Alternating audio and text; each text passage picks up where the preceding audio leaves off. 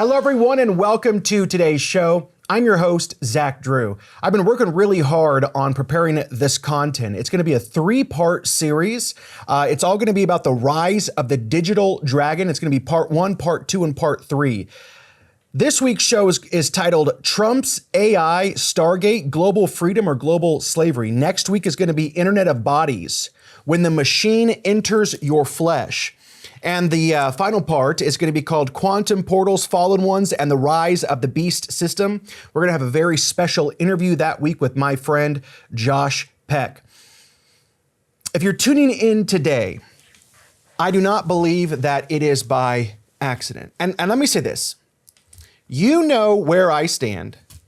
I support our president.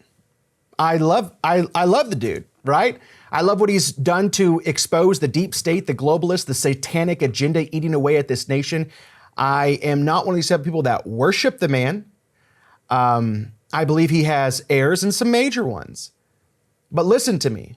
I want to say this because good leaders can have projects underneath them that are weaponized later. Sometimes it's not about it's not what they build that's the problem. It's who controls it when they're gone. And today we're going to be exposing Stargate AI Project. The Stargate AI Project. The $500 billion plan to build America's AI future. I believe it is 100% prophetic. I believe that with all of my heart. And why it could lay the groundwork for the most powerful control grid mankind has ever seen. We are watching the beast system being stitched together brick by digital brick. And it's not paranoia. It's not crazy. It's Bible prophecy. And it's happening right now. A couple of articles just put on the screen, Andrew. Trump announces a $500 billion AI infrastructure investment in the U.S. This was announced in January, and that's why this is a three-part series. We're going to kind of start at square one and build. What is Stargate, Trump's ambitious AI infrastructure venture? This is an interesting article I read from this week. This is a current article, Visualizing Global AI Investment by Country.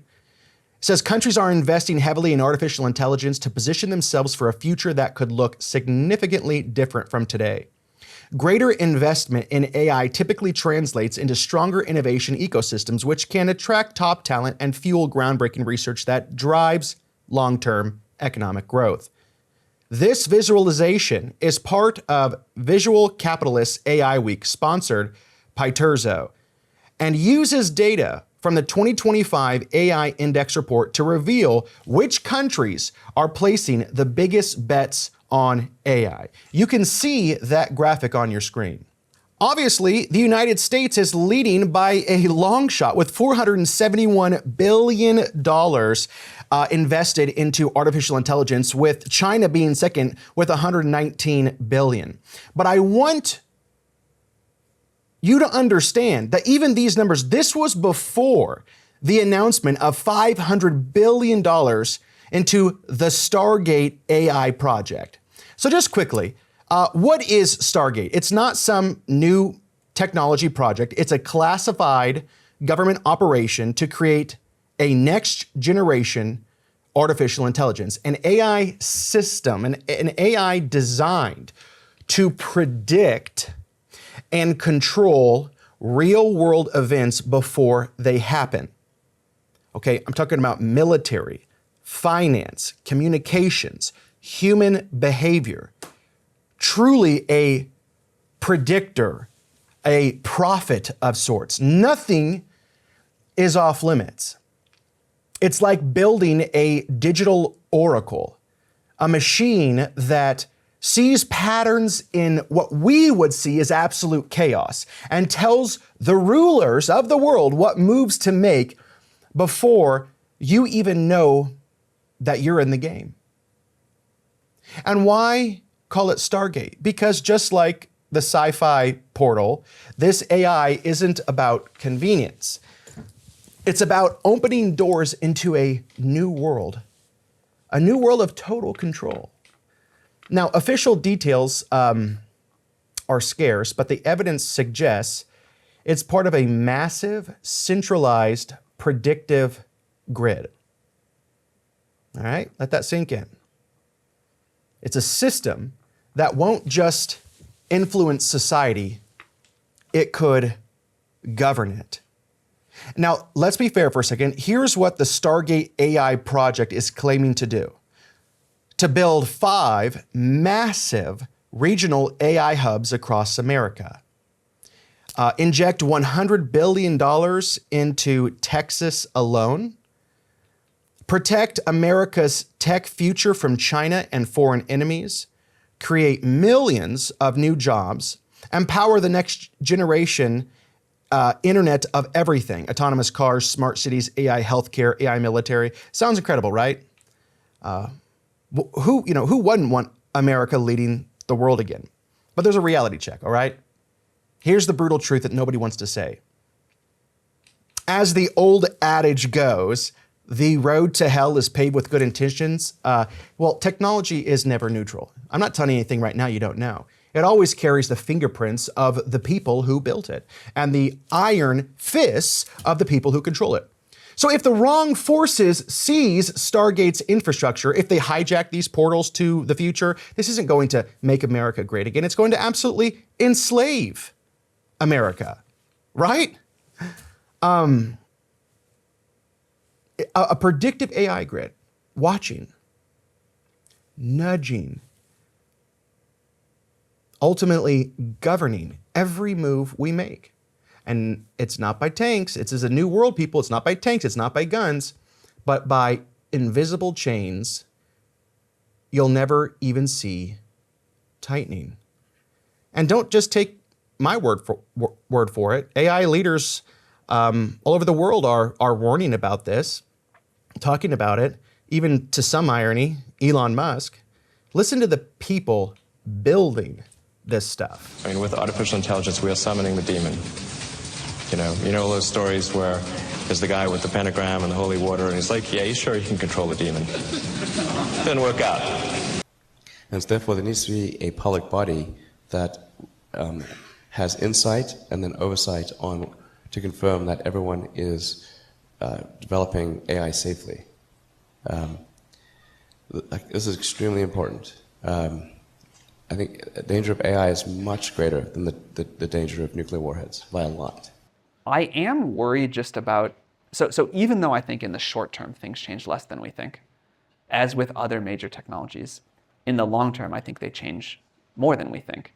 And I am worried about what rate society can adapt to something so new and how long it'll take us to figure out the new social contract versus how long we get to do it. I'm worried about that. Geoffrey Hinton is known as the godfather of AI. His groundbreaking work at the University of Toronto paved the way for much of that technology. Now he warns it's progressing so quickly it could soon outpace humans. I'm sounding the alarm and saying we have to worry about this. Hinton says he quit his job as a senior VP at Google this week so he could discuss the dangers of AI freely, including being used to spread misinformation. And while this might sound like a Hollywood movie, he says there's a chance AI could literally start thinking for itself. If they're much smarter than us, they'll be very good at manipulating us. You won't realize what's going on. Concern about artificial intelligence has surged since last year's launch of ChatGPT, an advanced chatbot that communicates with humans and can even mimic their speech. Since then, a chorus of tech titans have called for a 6-month pause on advanced AI experiments. Take steps maybe to keep it from being too horrible and bad. This expert says AI has improved almost every industry, from medicine to manufacturing. But there are risks. The genie's out of the bottle, and stopping it is not an option. And so how do we guide it? And how do we prepare our institutions? Okay, these aren't some Bible-thumping preachers. These are secular, mostly liberal, big tech elites, and many of them are actually scared because once AI reaches AGI, artificial general intelligence, you can't pull the plug. You can't. It's such a naive way to think about it that, well, if it gets too out of control, we can just turn the machine. No, you can't. It's impossible once it gets to that point. It will make decisions faster than governments, faster than militaries. Whoever controls the AI will control the world. So if they're building this now, and there is a coming world leader, do you think that he will possess the technology that's being created right now before our eyes? Yes. And listen, and Stargate isn't just an American project. It's connected to OpenAI, and OpenAI is global. It's global. And if it hasn't gotten dark, here's where it gets even darker. Let's talk about the pieces that they're assembling. We got 5G and 6G towers. That translates to real-time surveillance. Smart cities, digital prisons, CBDCs, financial slavery, Neuralink, brain hacking, and there could be a long list behind Neuralink, facial recognition, instant ID anywhere, ESG scores equals political loyalty scoring. All of it feeding into AI supercomputers housed in Stargate facilities. This is the nervous system of the coming beast system. Aujourd'hui, au bout de ça, on parle de puces qu'on pourra s'implanter. Ce sera quand ça? Certainement dans les 10 années à venir. Et d'abord, on va les implanter dans nos vêtements, c'est-à-dire wearables, comme on le dit. Et après, on pourrait s'imaginer qu'on les implante dans nos cerveaux ou dans nos topos. Et à la fin, peut-être il y a une communication directe entre notre cerveau et le monde digital. Ce que nous voyons, c'est une sorte de fusion du monde physique, digital et biologique. By 2029, and I've been quite consistent on this date, we will have completed the reverse engineering of the human brain. And we've already made very good progress on that. We've reverse engineered a number of different regions, like the cerebellum, which is responsible for our skill formation, and slices of the cerebral cortex where we do our recursive thinking, and the auditory cortex, the visual cortex, and so on. By 2029, we'll have reverse engineered and modeled and simulated all the regions of the brain, and that will provide us the software, algorithmic methods to simulate, all of the human brain's capabilities, including our emotional intelligence. And computers at that time will be far more powerful than the human brain. And we'll be able to create machines that really do have the subtlety and suppleness of human intelligence. And they'll combine that power with ways in which machines are already superior to us. They can harness all of human knowledge with a few keystrokes. It can remember billions of things accurately. They can share knowledge at electronic speeds that are 1 million times faster than human language. So it'll be a very powerful combination. But the last point I'll make is that it's not some alien invasion of intelligent machines coming from Mars to invade us. It's coming from within our civilization, and the whole point of it is to extend our reach. And we'll have Stargate to cure cancer, and these guys are computer guys. They're not doctors. And but you've got a big layout about all the different things in the control grid that they're building to basically tighten the noose, the frog in the boiling pot. What's going on with the control grid? So, our goal at Solari has always been each person has a free and inspired life. And so we've been working for several years now to stop financial transaction control, because if you get the ability to track each person and control their transactions so that if they don't do what you say, they can turn off your money, that is game over for the Constitution and for human liberty. So we've been very adamant about this. And if you look at how the control grid has been coming together, Greg, there are many different pieces, from a digital ID to an all-digital currency system or transaction system, to a social credit system, to the management of certain kinds of data and data capacity and the backup energy. There are many different pieces. And what's interesting is most of us are familiar with the different pieces, and we look at them and understand them as one-off things. I don't mind having a real ID because, I could see why they might want a federal ID, and I don't have a passport, et cetera, and so each one of these things looks non-threatening, even convenient. on an individual basis, but when they snap together in a control grid, it's completely something else. When the Trump administration started, I was shocked to see almost immediately the president announce the Stargate initiative with mRNA vaccines, which to me is the Internet of Bodies. There's going to come a time where some government, whether it's the United States or another government might try it first, they're going to try to implement a centralized digital currency that they can control. What's scary about that is they could say, we've looked at your behavior online, you have some marks against you, and so you're not going to be able to buy this. You're going to buy food and shelter, but we're not going to allow you to travel. Yeah. Because like that could be a scary. real thing where they could literally limit what you spend your money on. 1,000%. Man, just let that sink in. What you just heard isn't science fiction. It's the system they are actively building around us. And this isn't just me saying it. This is the kings of the earth. How can we not take them seriously? An AI-driven prison grid where freedom is an absolute illusion and control is just automatic. And that's not, once again, that's not coming from some random YouTuber. It's coming from people like you saw Catherine Austin Fitts, someone who's been inside the belly of the beast. And by the way, if you don't know who Catherine Austin Fitts is, it was the one that spoke right before Joe Rogan. You need to. She is a former, because she's called things. That's why, because she's called things so accurately. She's a former Wall Street investment banker who served as Assistant Secretary of Housing and Federal Housing Commissioner under George H.W. Bush. She's, one of the big ones is she exposed over $21 trillion missing from the US government accounts.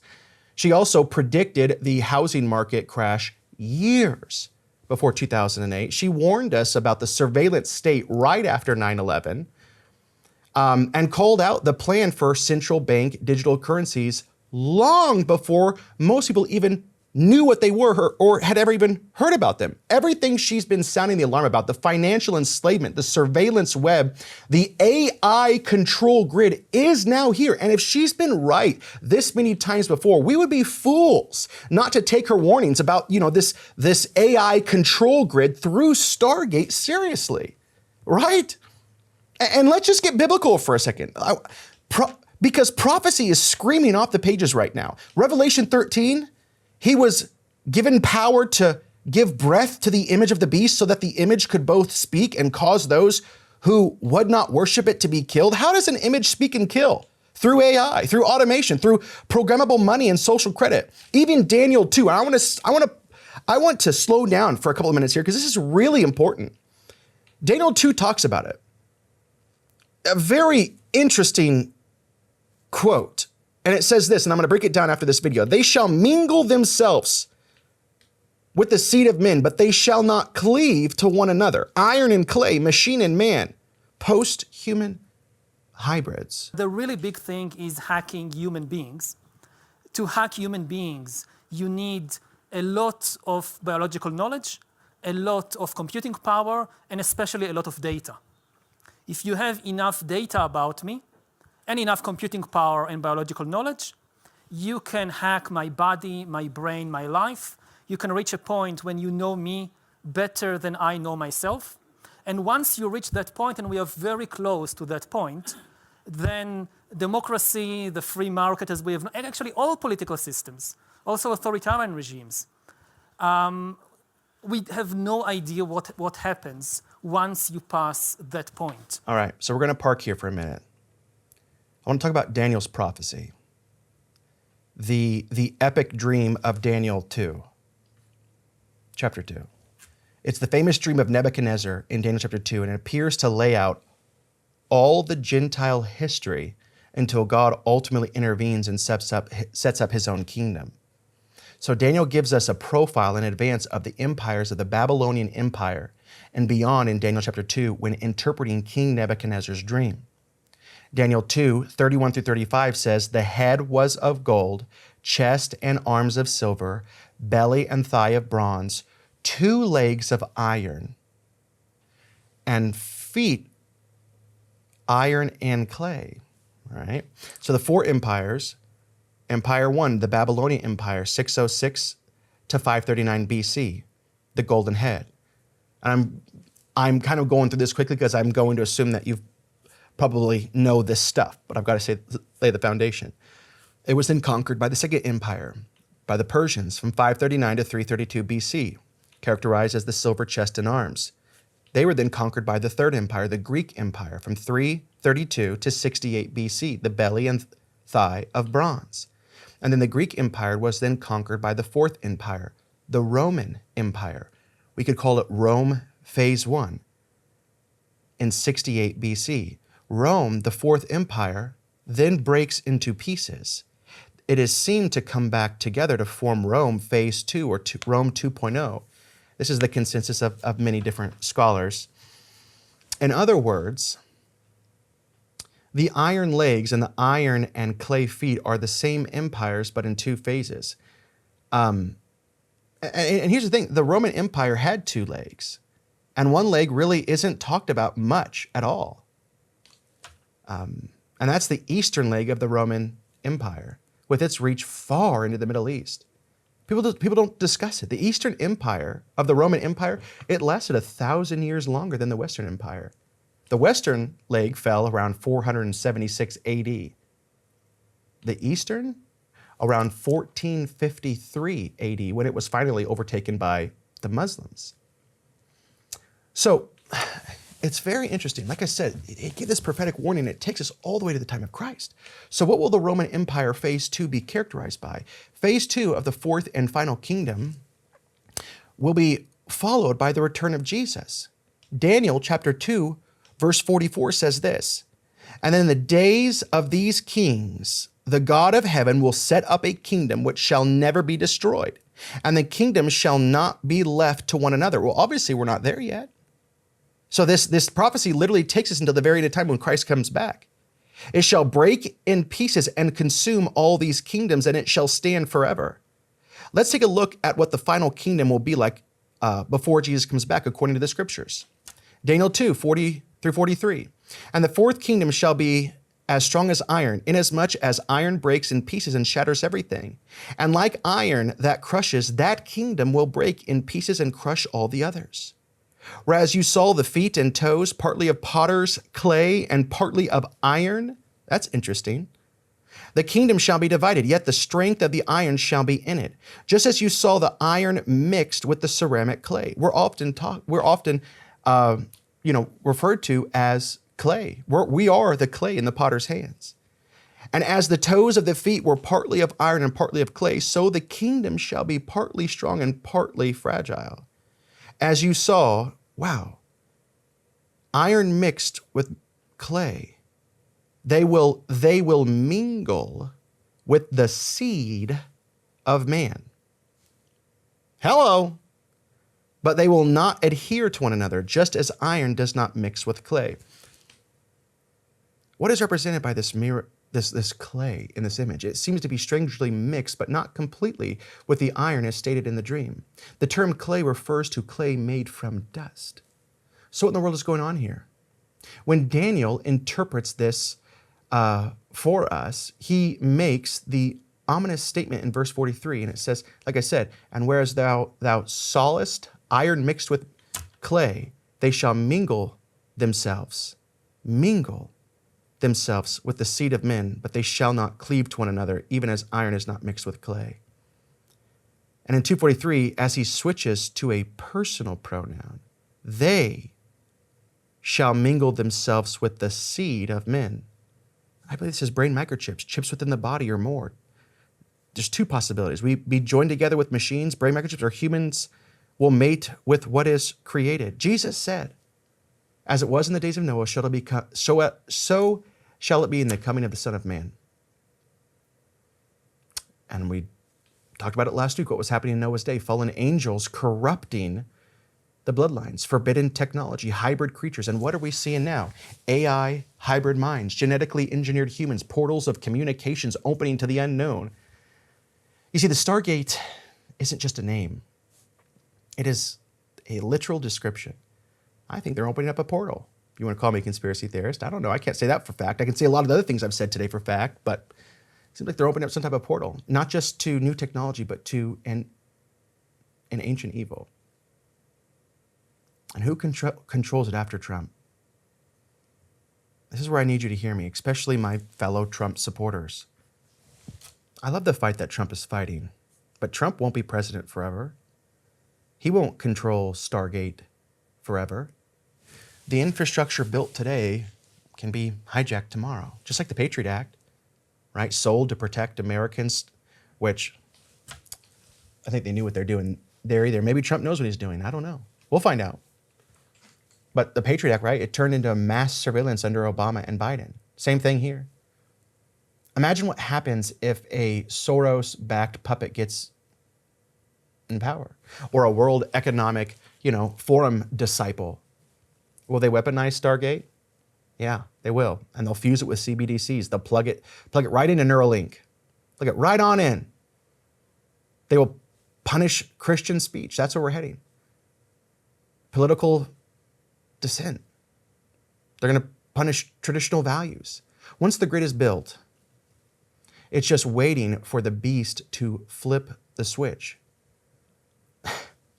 We can't be naive. The devil never builds his kingdom overnight. He builds it piece by piece, decade after decade, while the world sleeps. And the Stargate is the crown jewel. It's like the fulfillment of the Tower of Babel rebellion all over again, but it's digital.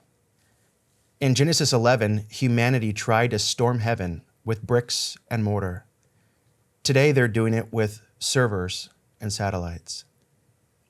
But it's the same spirit, right? We don't need God. We'll build our own kingdom. We'll become gods ourselves. And the AI Godhead that is coming, this thinking, speaking, punishing entity, I truly believe is the idol of the end times. Gutenberg printed the Bible in the middle of the 15th century. The printing press printed as many copies of the Bible as Gutenberg instructed it, but it did not create a single new page. It had no ideas of its own about the Bible. Is it good? Is it bad? How to interpret this? How to interpret that? AI can create new ideas, can even write a new Bible. Throughout history, religions dreamt about having a book written by a superhuman intelligence, by a non-human entity. Every religion claims our book, all the other books of the other religions, humans wrote them. But our book, no. It came from some superhuman intelligence. In a few years, there might be religions that are actually correct. That just think about a religion whose holy book is written by an AI. That could be a reality in a few years. I've been talking about a long time a coming AI Godhead that people are going to be worshiping in the end times. A God, a fake God that is so advanced, so smart, so predictive, with this super intelligence, an IQ of 10,000 plus, the predictive nature. It will know so much more than the human mind could ever know that people will bow down and worship it. And that's the scariest part. People won't be, I believe that many will be forced to worship it, but many won't have to be forced to worship it.